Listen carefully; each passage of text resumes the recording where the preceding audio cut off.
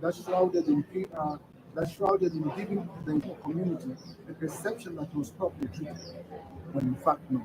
Decency requires that the government should come across and say, "We are sorry we never treated him well. We are sorry we did wrong to him." Now that he's no one spoke for Edgar Chagwalungu when he was alive. Ministry of Local Government and Rural Development Permanent Secretary for Technical Services Nicholas Piri has issued a strong call to action to local contractors, urging them to improve the quality of infrastructure delivery across the country. Speaking during a site inspection of ongoing roadworks in Solwezi, Mr. Piri has emphasized that the government will not tolerate substandard work and is committed to restoring public confidence in the capabilities of Zambian contractors.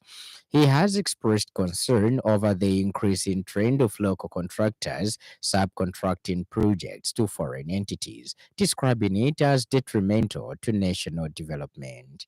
Reaffirming the government's commitment to empowering Zambian contractors, Mr. Piri has stated that preference will be given to local firms, especially under the Constituency Development Fund (CDF), in line with President Hakainde Hichilema's directive. To support this initiative, the ministry has awarded contracts to 8 Zambian companies for the rehabilitation and upgrading of 123 kilometers of roads to bituminous standard. The projects span from Luansha, Sinazongwe, Mazaboka, Kitwe, Solwezi, Joma, and Lusaka districts, with completion expected within 12 months. Mr. Piri is currently in the northwestern province to monitor progress on the rehabilitation and upgrading to bituminous standard of 10.19 kilometers of selected urban roads in Solwezi town. We do not want to see a situation where 2 years down the line, after the execution of this project, then we have potholes all over the road. That is unacceptable, but it means that we are also reinforcing this perception that Zambian contractors cannot deliver quality works. I also wish to encourage contractors across the country that we must not yield to the temptation of selling off our contracts to foreign companies and then walk away. Rather, let us go into working relationships and partnerships with foreign contractors so that we can get knowledge transfer, skills transfer, and of course, leverage on their financial capacity. The Ministry of Agriculture has identified 20 districts across the country as locust hotspots, either due to serving as breeding grounds or recording increased population of red locusts and African migratory locusts. The announcement was made during a training of trainers workshop on locust biology, management, and the development of a national locust outbreak response plan. Speaking at the event, Ministry of Agriculture Permanent Secretary for Technical Services John Mlongoti has revealed that the current locust outbreak has affected 3 provinces, Western, Central, and Southern, impacting a total of 29,321.3 hectares of land. Of this area, 3,241 hectares were under cultivation. Mr. Mlongoti notes that fortunately, crop damage has been minimal as most farmers had already harvested their produce. Affected crops include maize, sorghum, millet, and rice, all of which are considered strategic for national food security. He has emphasized that the training workshop underscores the government's commitment to strengthening both institutional and human resource capacity to ensure early detection, effective management, and rapid response to locust outbreaks that pose a threat to national food security and rural livelihoods. The Creative Industries Business Summit Zambia 2025 has opened in Lusaka with the call for Africa to make creative economy as one of the drivers of our economic growth and sustainable development. Over 2,000 delegates have so far registered to attend the summit, which aims to bring together creative professionals, entrepreneurs, policymakers, investors, and others to harness Africa's creative potential for innovation, economic growth, and sustainable development. Officiating at the summit, Republican Vice President Mtale Nalumango has disclosed that Zambia is currently reviewing some legal frameworks to create an enabling business environment for the creative sector by aligning the legislative with intellectual properties, protecting the laws, streamlining businesses' regulations for creative entrepreneurs, and incentivizing private sector investment in the arts sector. Speaking on her behalf, Labor and Social Security Minister Brenda Tambatamba said by reviewing the legal framework, Zambia is not only investing in her creative future but contributing to vibrant, competitive Africa's creative economy, adding that the time for action is now to turn Africa's creative potential into continental prosperity.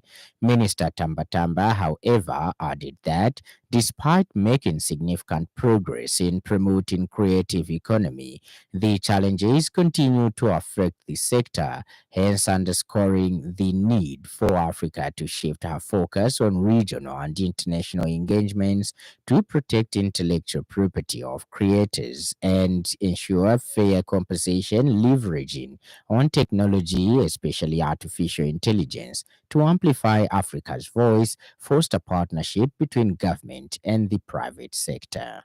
Going forward, as a continent, our focus must be on strengthening regional and international engagements to protect creators and ensure fair compensation. We must leverage technology, including artificial intelligence, Africa's voices.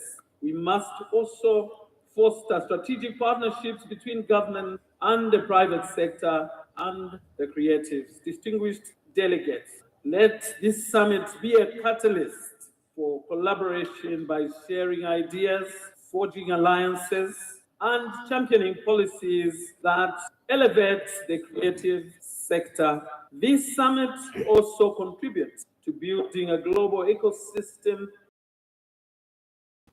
Speaking at the same event, Standard Chartered Bank CEO Sannie Zulu has urged creative artists to embrace advancement in tech. Mr. Zulu, a motivation speaker and coach, has also underscored the need for creative arts to professionalize this sector, as doing so will attract meaningful investment to the sector. Try not to focus on building a brand that will define you. Instead, focus on building you that will define your brand. And then they start following to say, let me be like that brand. And many times you become an imposter. But when you are authentic, because you already have it in you, it is there. You are building you. That's meaningful investment in our industry. We must professionalize it. Now hear this. The days of showing up 2 hours after the scheduled time is not only unprofessional, but it is disrespectful to your audience and your host. And in other news trending this evening,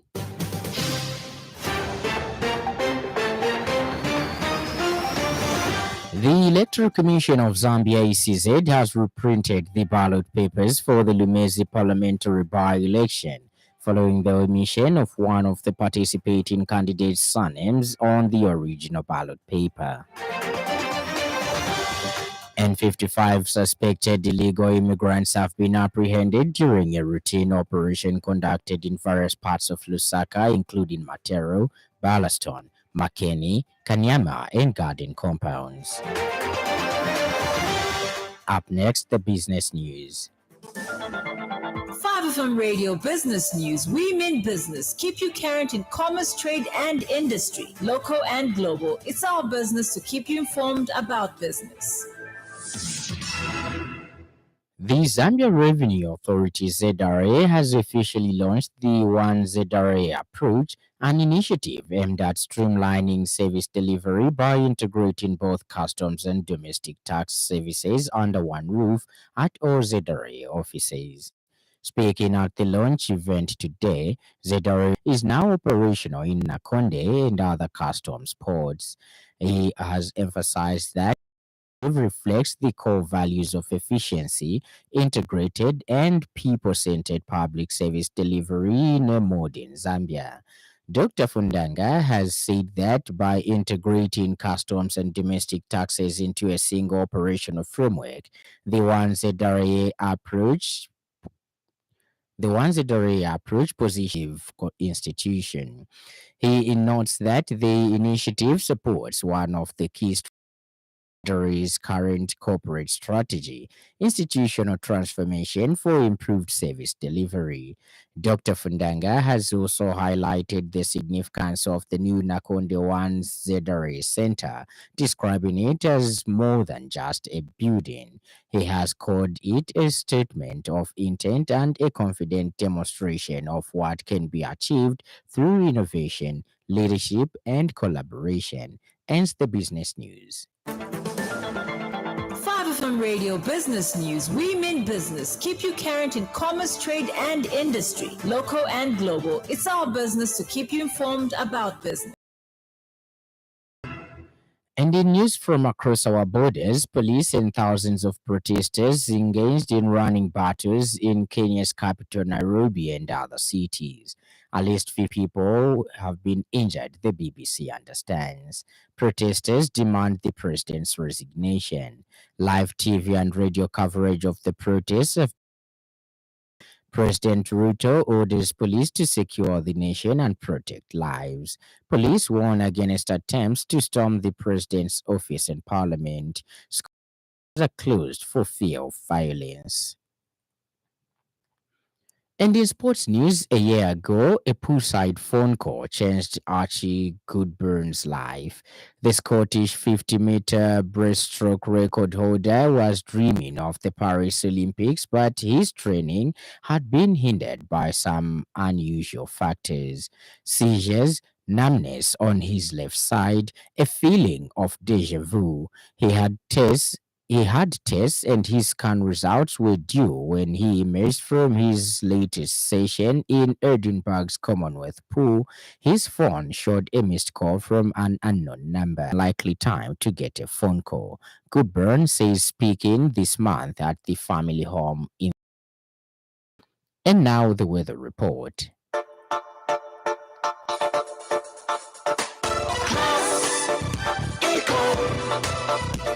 Class Econ Roofing Africa. Class Econ Roofing, plot 17100 off Katanga Road, 150 meters from Mumbwa Road, Chinika Industrial Area, Lusaka. Class Econ Roofing. Class plus economy. Class Econ. Class Econ Roofing Africa. Class Econ. Lusaka, Muchinga, Northern, Southern, Central, Copperbelt, Luapula, Eastern, Northwestern, and Western provinces with clear skies, windy at times, and mild to cool. Ends our weather report, and that item brings us to the end of the news. But before we go, a recap of the stories that made headlines.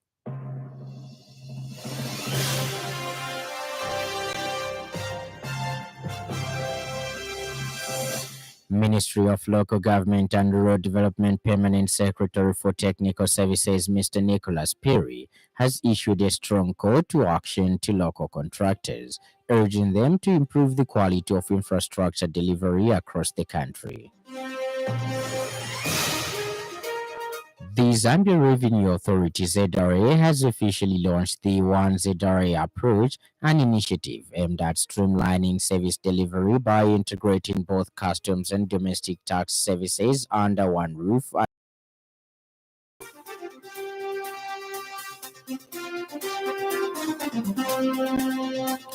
And finally, police and thousands of protesters engaged in running battles in Kenya's capital, Nairobi, and other cities.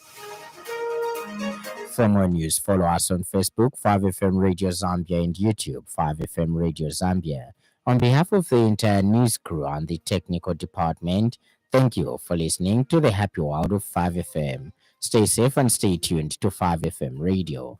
My name is Lance Sannie, Banda. Enjoy the rest of the evening.